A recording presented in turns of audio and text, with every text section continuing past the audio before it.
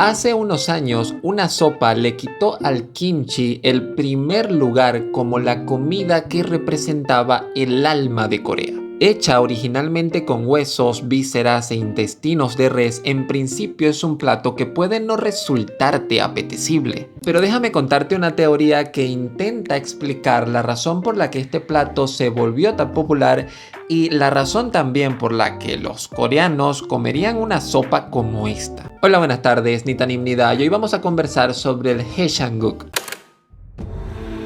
Corría el año 1883 cuando en Incheon se concentraban al menos unos 10.000 coreanos en búsqueda de una mejor condición de vida. Para este año, lo que conocemos como Corea aún no existía. Estamos hablando de la dinastía Joseon, pero en Incheon específicamente se había creado justamente en esta época el primer mercado laboral moderno de Corea, que dada su posición estratégica no solamente se convirtió en un lugar donde los coreanos iban a buscar trabajo, sino que también se convirtió en el lugar de residencia de miles de japoneses, unos cuantos occidentales y en general un montón de extranjeros que entraban y salían diariamente por el puerto. Fue este alto tráfico de extranjeros el que produjo en la zona un incremento inusual de consumo de carne de res, un recurso bastante preciado y limitado en Corea. Este incremento en la demanda provocó que se sacrificase una buena parte del ganado que había disponible para esa época.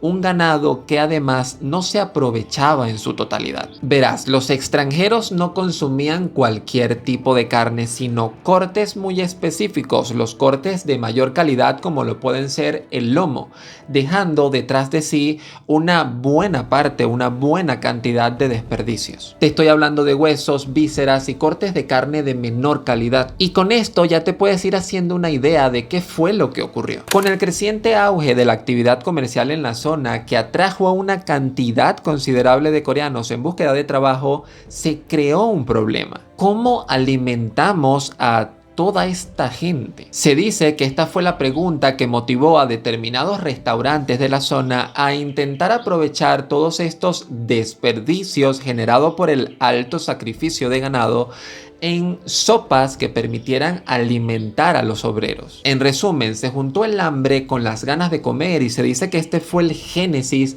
para que estas sopas que empezaron en Incheon se terminaran distribuyendo o popularizando en el resto del país. Tan populares que estas sopas hoy en día salen hasta en los K-dramas, pero no en cualquier momento, y es que hay algo que todavía no te he contado. Haejanguk es una palabra que en coreano significa caldo para la resaca, lo que nos da una pista adicional de por qué este plato se volvió tan popular. La resaca es una consecuencia directa de haber consumido mucho alcohol la noche anterior. De allí la típica escena de tomarte una sopita justo después de una noche loca. Y es que para nadie es un secreto que la cultura de la bebida en Corea es una de las más intensas de Asia, siendo hoy el país de la región donde más alcohol se consume por habitante. Haejanguk es hija de su propia realidad y un perfecto aliado para poder apalear los síntomas de haber bebido en exceso. Un aliado que hoy, gracias a la ciencia, podemos responder el porqué de su efectividad, pero que para aquel entonces era prácticamente un producto milagroso. Verás, uno de los ingredientes típicos para estas sopas son los brotes de soja, un ingrediente muy líquido. Sí, yo tampoco sé qué significa líquido. Ácido aspartico, un ácido que quizá no te suene de nada. El ácido aspartico ayuda al hígado a sintetizar, o mejor dicho, descomponer más fácilmente el alcohol y con ello reduce los síntomas de las resacas. Si mezclas esto con una sopa que ya de por sí aporta líquidos y la presencia de vísceras y cortes de carne que ya aportan proteína, no es de extrañar que esta sopa fuera vista como algo milagroso. Era medicina. Y este es apenas uno de tantos ejemplos sobre estas sopas, porque la verdad es que hay un montón de tipos de sopas diferentes que tienen o cumplen el mismo rol de sopa para la resaca. Y todas tienen algo en común. hay algún ingrediente que le aporta a esa sopa alguna enzima, ácido o nutriente que te ayuda a enfrentar mejor los síntomas de la resaca. Cabe destacar que Corea del Sur no es el único país que tiene este tipo de alimentos en el mundo.